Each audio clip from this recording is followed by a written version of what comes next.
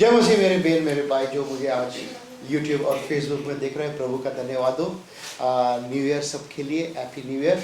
और हमारे कलीसिया के तरफ से जितने भी जन हमारे चैनल में सब्सक्राइब है, हम आप सबको wish you happy new year. और जो जो मुझे देखने वाले हैं आप सबको भी wish you happy new year. और 2025 से परमेश्वर ने हमें 2026 में लाया और प्रभु का धन्यवाद हो। हमारे कलीसिया हांगकांग में है और प्रभु का धन्यवाद हो। परमेश्वर हमें यहाँ पे वो उसका महिमा के लिए हमें वापर रहे और प्रभु अच्छा है। आमीन। हम प्रार्थना करना चाहते हैं। प्यारे प्रभु, हम आपको कोटि कोटि धन्यवाद देते हैं आज का दिन के लिए, सुंदर समय के लिए। आज हमारे बीच में जितने भी बहन आए धन्यवाद देते हैं प्रभु जी। सभी कुछ छूने, सभी से बातें कर ताकि आपका महिमा होने दे। मुझे भी अभिषेक से भर, आत्मा से भर, सामर्थ्य से भर। धन्यवाद यीशु के नाम से हम प्रार्थना करते हैं, आमीन। कितने जन को कहानी याद है जो वो अंकल का कहानी बताते ना, बुढ़ा बुढ़ी का कहानी बताया मैं? कितने जन को याद है? आप सबको याद है?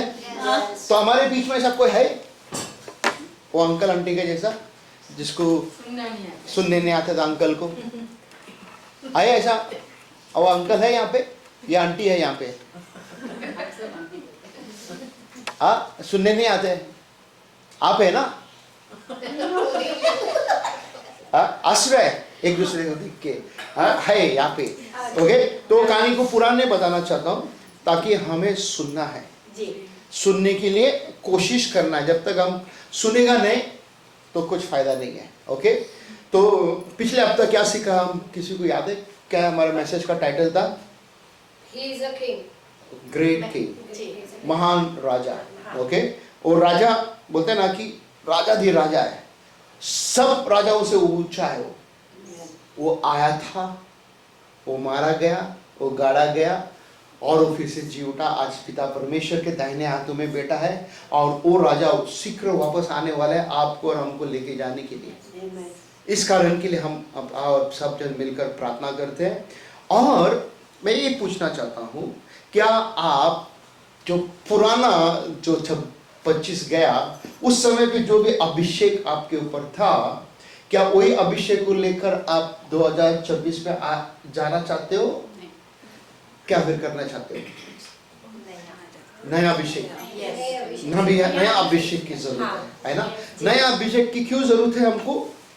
क्योंकि हमें बोलते ना पुराना में नहीं रुका रहना है, नया अभिषेक परमेश्वर से मांगना है और परमेश्वर नया अभिषेक हमें देगा और आगे हमें निकलते बढ़ते जाना है। सोचो कि कोई ना कोई यहाँ पे या कोई ना कोई आपको बाहर से कोई पासवान आके शुभ समाचार सुनाया रहेगा। हो सकते किसी ना किसी को 5 साल हो गया रहेगा, 10 साल, 15 साल, 20 साल हुआ रहेगा। हो सकता है आप प्रभु में आया और आपने भी किसी ना किसी को शुभ समाचार सुनाया रहेगा, बराबर। और उसका जीवन में परिवर्तन हुआ, उस व्यक्ति का जीवन में क्या हुआ? एक नया जीवन उनके जीवन में आया और वो परमेश्वर में इतना आनंद बनाया, इतना आनंद बनाया। और वो आज कोई आके पासवान बन गया, कोई आके बोलते हैं ना कि शुभ समाचार सुनाने वाला बना, कोई आके नबी बना, कोई आके बोलते हैं ना कि अलग अलग तरीका से लोग बन के आगे बढ़ते गया, आगे बढ़ते गया। क्या आज हमारे कलीसिया में लोग आज बढ़ना चाहते हैं या उधर ही रहना चाहते हैं? बढ़ना चाहते हैं। क्या वो पुराना अभिषेक लेके चलना चाहते हैं, नया अभिषेक लेके चलना चाहते हैं? नया अभिषेक लेना चाहिए ना, तो नया अभिषेक प्रभु से मांगना है। मैं नहीं दे सकते आपको अभिषेक, मैं सिर्फ प्रार्थना कर सकते हैं। नया अभिषेक परमेश्वर आपको देगा और वो परमेश्वर आपको मदद करेगा। पहला सैमुएल का 15 अध्याय 22 वचन ध्यान से सुनो प्लीज। क्या कहता है यहाँ पे? पढ़ो प्लीज। शमूएल ने कहा, क्या यहोवा होम बलि और मेल बलि से उतना प्रसन्न होता है जितना कि अपनी बात के माने जाने से प्रसन्न होता है? ओके, यहोवा परमेश्वर कौन सा चीज में ज्यादा प्रसन्न होता है? कोई बता सकते हैं? होम बलि से या फिर मेल बलि से? किससे प्रसन्न होता है? उसके बात मानने से। सुन रहे मेरे बात? परमेश्वर के बात को मानना बहुत ही जरूरी है। किसका? परमेश्वर का बात को मानना बहुत ही जरूरी है। उसका वचन में उसने लिखा हुआ है, उसके सेवक को उसने रखा हुआ है और वो हमें और ऊंचे स्थान में लेके जाएगा। वो हमें वो ऊंचे स्थान में लेके जाएगा और वो हमारा परमेश्वर आज हमारे बीच में है। हालेलुया। तो आज का मेरा सरमन का टाइटल है who can forgive since but God alone. क्या लिखते हैं हिंदी में? परमेश्वर को छोड़ कौन पापों की क्षमा कर सकता कौन है? पापों की क्षमा कर सकता है? परमेश्वर को छोड़कर कोई भी हमें नहीं क्षमा कर सकता है। बाइबल कहता है लूका 18:8 में क्या कहते हैं देखो, मैं तुमसे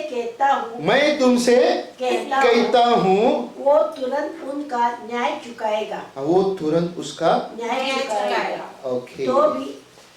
तो भी मनुष्य का पुत्र जब आएगा हाँ। तो क्या वो पृथ्वी पर विश्वास पाएगा? मनुष्य का पुत्र यानी कि यीशु मसीह आएगा, क्या वो जब हमें देखेगा कोई भी उसका विश्वासी जो लोग हैं उसके अंदर विश्वास रहेगा नहीं रहेगा?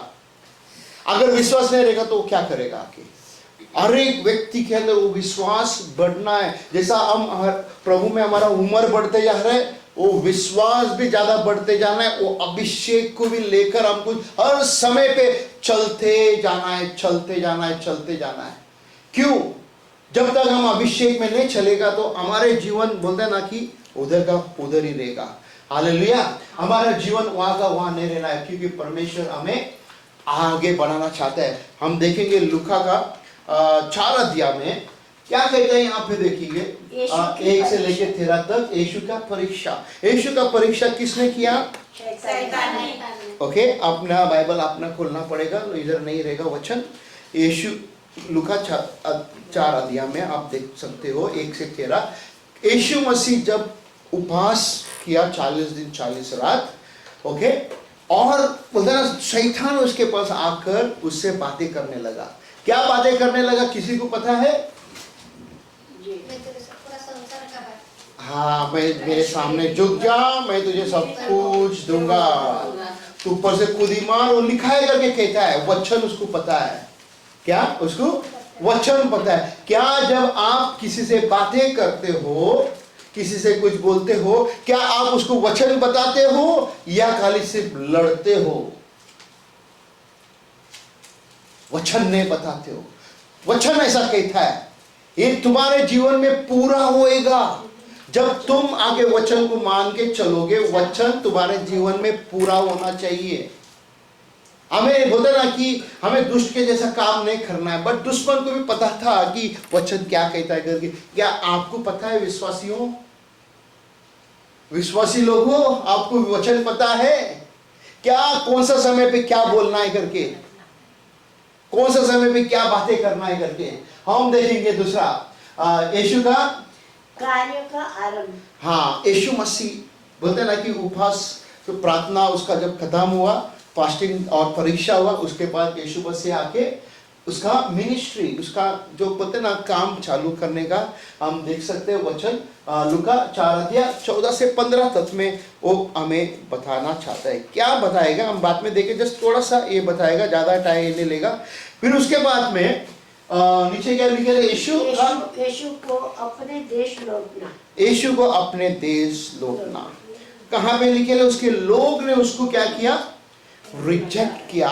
जब यीशु मसीह ने वहां पे बोलते हैं ना 4 अध्याय में अगर हम देखेंगे, वहां उसका हाथ में आके यशायाह का भविष्यवक्ता का किताब दिया था। वो किताब को उसने खोला और खोल के वो वचन उधर आया, और वचन ऐसा आया कि परमेश्वर का आत्मा मेरे ऊपर है, मुझे उसने अभिषेक किया। क्या करने के लिए? शुभ समाचार सुनाने के लिए। जो लोग बंधन में फंसा हुआ उसको बाहर निकालने के लिए। वहां पे जो धर्म गुरु लोग थे वो लोग ने आके उसका ऊपर चिढ़ गया, ये हमारे को ऊपर ताना मार रहे करके, ये वचन बता रहे करके। जैसा हमारे कलीसिया में कहते हैं वचन बता के ताना मारते करके पास्टर, है ना, वचन बता के ताना मारते करके। वहां के धर्म गुरु लोग ने भी बोला यीशु मसीह को, ये भी वचन सुना कि हमको ताना मार रहे करके, और वो लोग ये आके उसको मारने का कोशिश किया। और यीशु मसीह बाद में कहता है वचन आज पूरा हुआ। जिस दिन तुम भड़कते हो मेरे पे, उस दिन वचन तुम्हारा जीवन में पूरा हुआ। और भड़को, आपका भी जीवन में पूरा होना है, पूरा नहीं हुआ। और भड़को, मेरे जीवन में वचन पूरा हो रहा है। कितना भड़कोगे आप, कितना बोलोगे आप? कौन सा आत्मा है तुम्हारे अंदर बोलने के लिए? उस धर्म गुरु का आत्मा है? वो धर्मगुरु मुसीबत था, यीशु को मारने के लिए कोशिश किया। उसने, वो लोग ने किताब दिया उसको पढ़ने के लिए, और उसी किताब में ये वचन था। वही किताब आज हम भी पढ़ते हैं, और आप में से भी कई लोग यही बात कहते हैं, मेरे को थाना मारते हैं। वही क्यों थाना मारते हैं आपको? वचन इधर आया, मैं थोड़ी तुमको थाना मार रहा हूं, तुम अकेला थोड़ी यहाँ बैठी है, वो भी बेटी है, वो भी बेटा, वो भी बेटा है, उधर भी 200 लोगों ऊपर देख रहे हैं, तो तुम कैसा कह सकते हो, है ना? उसके बाद में देखो क्या कहते हैं इधर, दुष्ट आत्मा से छुटकारा दिलाना। अगर हम एक वचन से देखेंगे किस तरह से यीशु मसीह ने उस जगह में दुष्ट आत्माओं को निकाला बाहर, और दुष्ट आत्मा चिल्ला चिल्ला के भागने लगा। उसका शुरुआत मिनिस्ट्री का, जैसा मैंने बोला ना, पहला प्यार, जब आप प्रभु में स्वीकार किया, बैप्टिज्म लिया, क्या हाथ से भरा था, कितना मस्त थे आपके अंदर, बोलते ना कि मैं भी अब यीशु जैसा दिखते करके, बाद में पुश, पुराना होते होते पुश पुश पुश, हर साल चार्ज करना पड़ता है, एवरी टाइम में मेरे को चार्ज करना पड़ता है, एवरी टाइम में बोलते ना, कोई गैस बलून अगर फुल अच्छा दिखा रहता है, गैस भरते हैं तो मस्त दिखते रहे, थोड़ा देर का तो गैस खत्म हो जाए तो वो भी ऊपर जाते एक टाइम धीरे धीरे धीरे धीरे धीरे धीरे नीचे आ जाता है। मसीह का जीवन भी उसी तरह नीचे है। फिर मेरे को देखना पड़ता है, प्रार्थना करना पड़ता है, प्रभु इस व्यक्ति को अभी सबको मेरे को चार्ज करना है, हवा भरना है करके, ताकि ये उड़ता रहे प्रभु में और ये आगे बढ़ता रहे। उसमें से कभी कभी कोई लोगों को थोड़ा तकलीफ हो जाता है, क्यों मेरे को हवा भरते हैं करके, मेरे अंदर नहीं चाहिए हवा, मैं जहाँ पे वहाँ पे ठीक है करके, है ना? उसके बाद देखो क्या कहते हैं, रोगी स्त्री का ठीक किया जाना। रोगी स्त्री का ठीक किया जाना। लोग अगर हम देखेंगे किसका मद कौन है मालूम है? पतरस का सास है। पतरस का सास को यीशु मसीह ने चंगाई किया। सास होना अच्छी बात है, सास होना अच्छी बात है। कौन कहते हैं सास अच्छे नहीं है? प्रॉब्लम है, सास होना अच्छी बात है, क्योंकि यहाँ पे यीशु आके वहां पे चंगाई दिया उसके सास को, और वो चंगा हुआ। हालेलुया। हम यहाँ पे देखेंगे क्या कहते हैं इधर, यीशु द्वारा बहुतों को चंगा किया जाना। हाँ, यीशु द्वारा, यीशु ने कई लोगों को क्या किया, उसने चंगाई किया। उसके बाद में हम देखेंगे यहाँ पे क्या कहते हैं, देखो यीशु ने प्रचार किया गलीली में, गैलीली में प्रचार किया यीशु ने। हम देखेंगे यहाँ पे 5 अध्याय में, इधर बहुत जरूरी है। क्या कहते हैं यहाँ पे, देखो यीशु ने, यीशु के प्रथम शिक्षक, हाँ, उसका कौन है? प्रथम शिक्षक, उसका डिसाइपल। उसने आके 6 लोगों को उसने क्या किया? चुना। कितने 6 लोगों को यहाँ पे चुना रहेगा? कितने लोग थे यहाँ पे, किसी को याद है? 12 नहीं, उधर 5 कर पढ़ो ना, खोल के पहला वचन, 5 अध्याय पहला वचन खोलो। वन ना, पहला वचन बोल रहे हैं। जब भीड़ उस पर गिर पड़ी, कितने 5 अध्याय पहला वचन। जब भीड़ उस पर गिर पड़ती थी और परमेश्वर का वचन सुनती थी, और वो रोज गेतरेस की झील के किनारे पर खड़ा था, तो ऐसा हुआ कि उससे झील के किनारे 2 नावें लगी हुई देखी, और मछुए उन पर उतर कर जाने धो रहे थे। ओके, उसके बाद उन नावों में से एक पर, जो शिमोन की थी, चढ़कर उससे उसके नाव में, ओके अभी मैं बता रहा हूँ, उसके नाव में चढ़ा। कौन था? सिमोन पतरस। उसके नाव में चढ़ा और उसको उधर से चुना गया। ओके, 6 लोग वहां से चुना। पहला 6 कहाँ पे हो गया? वो काम करता था। ओके, जैसा अभी वहां पे चंगाई किया, कोड़ी वाले को चंगाई किया यीशु ने, जिसके बदन में कोड़ी लगा हुआ था। और उसके बाद में हम देखेंगे नीचे 17 वचन में देखेंगे, तो वहां पे आके 4 जन ने एक लकवा मारा, उसको उठाकर लेकर आया। कहां से? छत को खोला और छत के नीचे डाला उसको। किसका विश्वास से चंगा हुआ? 4 लोगों का विश्वास से। अगर आप में से एक जन आगे एक आत्मा को ला रहा है, किसको क्या पता कि वो आत्मा आज चंगा हो सकता है? क्या आप लाना चाहते हो, या क्या लग रहा है आपको एक कलीसिया बोझ बन गया? क्या आत्मा आपको नहीं लाना है? नहीं, आत्मा हमको लाना है, चाहे अच्छा हो चाहे बुरा हो। हर एक जन मेहनत करना जरूरी है प्रभु का नाम को ऊंचा उठाने का। जैसा अभी समय खत्म हो रहा है, मैं ज़्यादा समय नहीं लेना चाहता हूँ यहाँ पे। और आप सबको पता है कि परमेश्वर ने उसका पाप को क्षमा किया।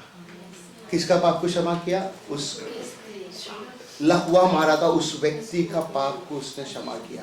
बोला योर सिंस आर फॉरगिवन। अगर आपका अगर पाप कुछ भी है परमेश्वर ने क्षमा कर दिया। ओके, जो भी व्यक्ति परमेश्वर का साथ है क्षमा मांगते परमेश्वर उसको क्षमा करता है। हम लोग कौन है उसके ऊपर उंगली उठाने के लिए? हमें किसी को अधिकार नहीं है किसी का ऊपर उंगली उठाने के लिए। परमेश्वर उसको क्षमा करने वाला है, उसको परमेश्वर ऊंचा उठाएगा। और वो जब तैयार है काम करने के लिए प्रभु के लिए, प्रभु उसको और ऊंचा उठाएगा। आमीन। और हम सब खड़ा रहेंगे, प्रार्थना करेंगे। प्यारे प्रभु, हम आपको कोटि कोटि धन्यवाद देते हैं आज का दिन के लिए, सुंदर समय के लिए धन्यवाद देते हैं। पिता परमेश्वर, आज का वचन हमारे जीवन में काम करे। जितने भी जन लोग पिता आज मुझे सुन रहे देख रहे सभी को छूले आशीष करें। धन्यवाद देते हैं हम यीशु के नाम से हम प्रार्थना करते हैं। आमीन। जय मसीह, जय मसीह।